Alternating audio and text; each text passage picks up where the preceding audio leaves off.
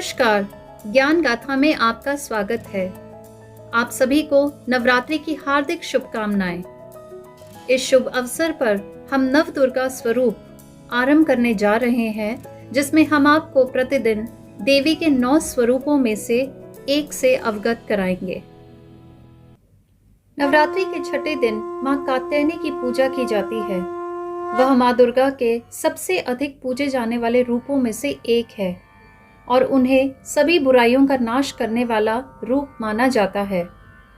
उनके 4 हाथ हैं, एक में लंबी तलवार, दूसरे में कमल, तीसरे हाथ से वे आशीर्वाद देती हैं और चौथे हाथ से वो सबकी रक्षा करती हैं। आइए सुनते हैं उनसे जुड़ी हुई एक अद्भुत कहानी।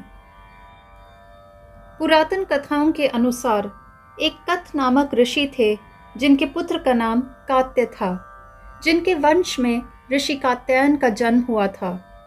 ऋषि कात्यायन निःसंतान थे और उन्होंने कठोर तपस्या की और एक बच्चे के लिए देवताओं की पूजा की। इस बीच महिषासुर देवताओं को त्रस्त कर रहा था। महिषासुर के अत्याचार को समाप्त करने के लिए देवताओं ने भगवान विष्णु से संपर्क किया। विष्णु के कहने पर ब्रह्मा, विष्णु और महेश की त्रिमूर्ति ने सामूहिक रूप से ज्वाला का उत्सर्जन किया, जिसने एक महिला का रूप धारण किया। मां दुर्गा की एक अभिव्यक्ति में उन्होंने ऋषि कात्यायन के पुत्री के रूप में जन्म लिया, इसलिए उनका नाम कात्यायनी पड़ा। महिषासुर असुरों के राजा रंभा और राजकुमारी महिषी का पुत्र था। राजकुमारी महिषी को जल भैंस अर्थात महिष होने का श्राप मिला था।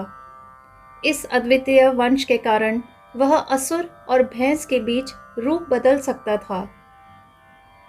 मां कात्यायनी को असुरों द्वारा किए जा रहे पापों को समाप्त करने के लिए बनाया गया था और वे एक जन्मजात सेनानी थी।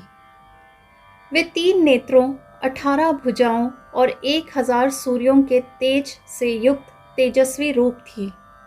उनका वाहन सिंह है और उन्हें शिव के त्रिशूल, विष्णु के सुदर्शन चक्र, वरुण के शंख, अग्नि के अस्त्र, वायु के धनुष, सूर्य के तरकश, इंद्र के वज्र, कुबेर की गदा, ब्रह्मा की माला और कमंडल, काल की तलवार और ढाल, विश्वकर्मा की कुल्हाड़ी, कुबेर की गदा और ऐसे ही कई हथियार और दिव्य अस्त्र बड़ी संख्या में दिए गए। इस प्रकार सशस्त्र मां कात्यायनी विंध्य पर्वत की ओर बढ़ी, जहां महिषासुर रहता था। इसके बाद दोनों में एक भयंकर युद्ध हुआ। महिषासुर के वध ने उन्हें महिषासुर मर्दिनी का नाम दिया और इस दिन को भारत के कई हिस्सों में दुर्गा पूजा के रूप में मनाया जाता है। तमिलनाडु में देवी कन्याकुमारी को मां कात्यायनी का अवतार माना जाता है। ज्ञान गाथा पर हमसे जुड़ने के लिए आपको धन्यवाद। मां दुर्गा का शुभ आशीर्वाद हम सभी पर बना रहे। शुभ नवरात्रि।